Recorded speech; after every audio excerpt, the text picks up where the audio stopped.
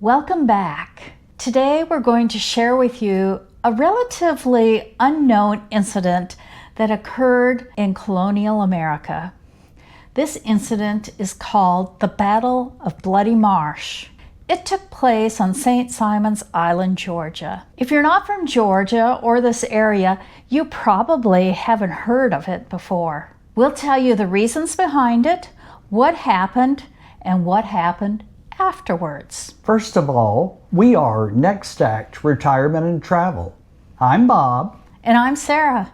And we are part-time retirees traveling the world one trip at a time. As we get started, let's tell you a little bit about what happened before this battle occurred. This is colonial America, and British influence is well established from the Carolinas moving north. The Spanish are well established in Central America, South America, the Caribbean, and most importantly for this situation, in Florida.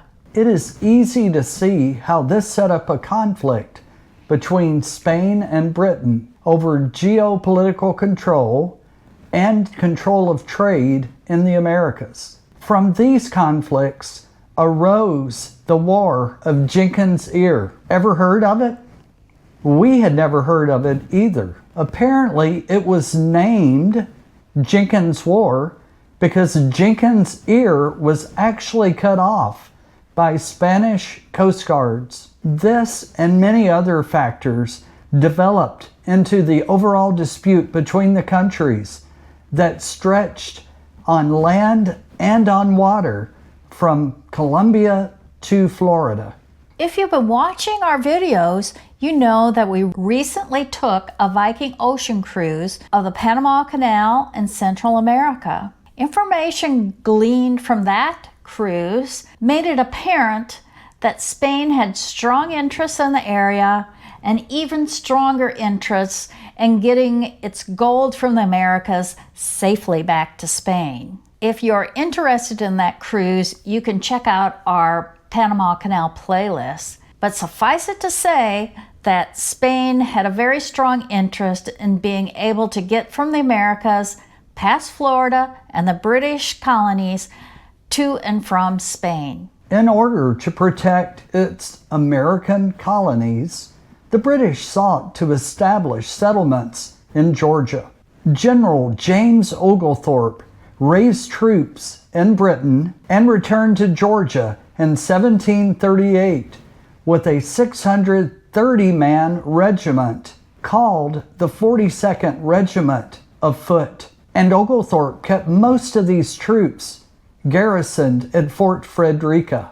You may have seen our recently released video of Fort Frederica and the British settlement there. You should look at that video if you haven't seen it to gain more information. The site and monument commemorating the Battle of Bloody Marsh, although located on a different part of St. Simon's Island, is a part of Fort Frederica National Monument.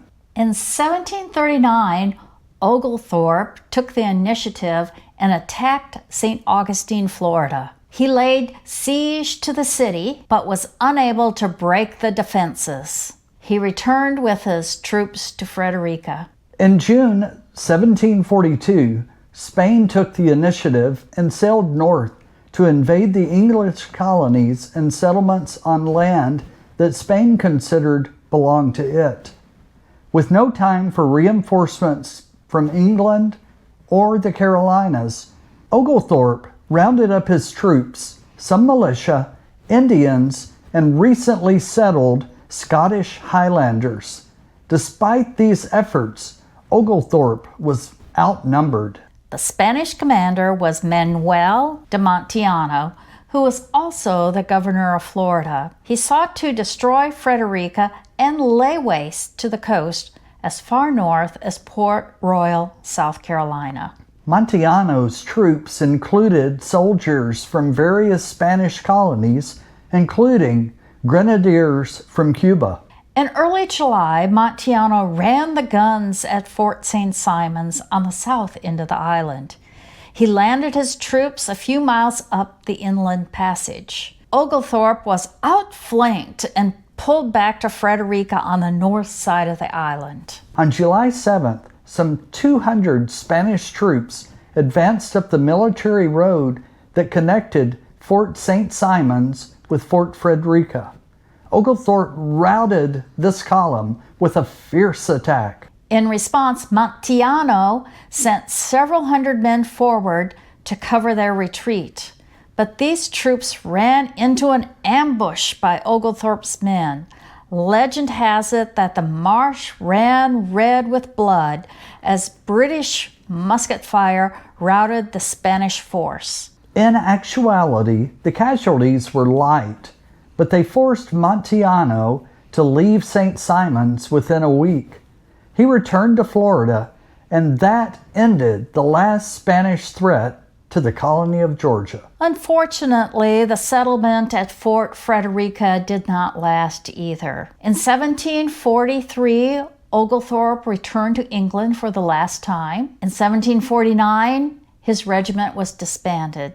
The settlement at Frederica could not withstand the loss of the economic powerhouse of the garrison and was eventually abandoned. So there you have it. St. Simon's Island remained a colony of Georgia, and Georgia remained a British colony up until the American Revolution. It just goes to show you that seemingly small events can turn the tide of history.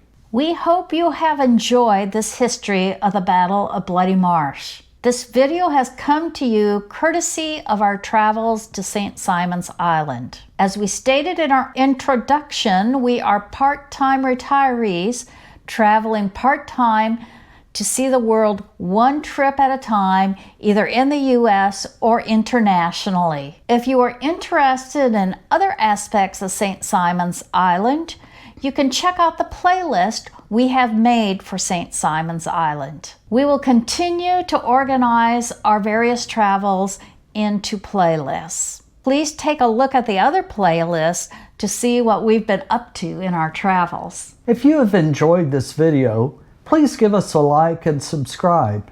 It really helps us to grow our channel and to bring you additional videos like this. In addition, we would certainly welcome you to add any comments below. Until we see you again, we say goodbye. Goodbye.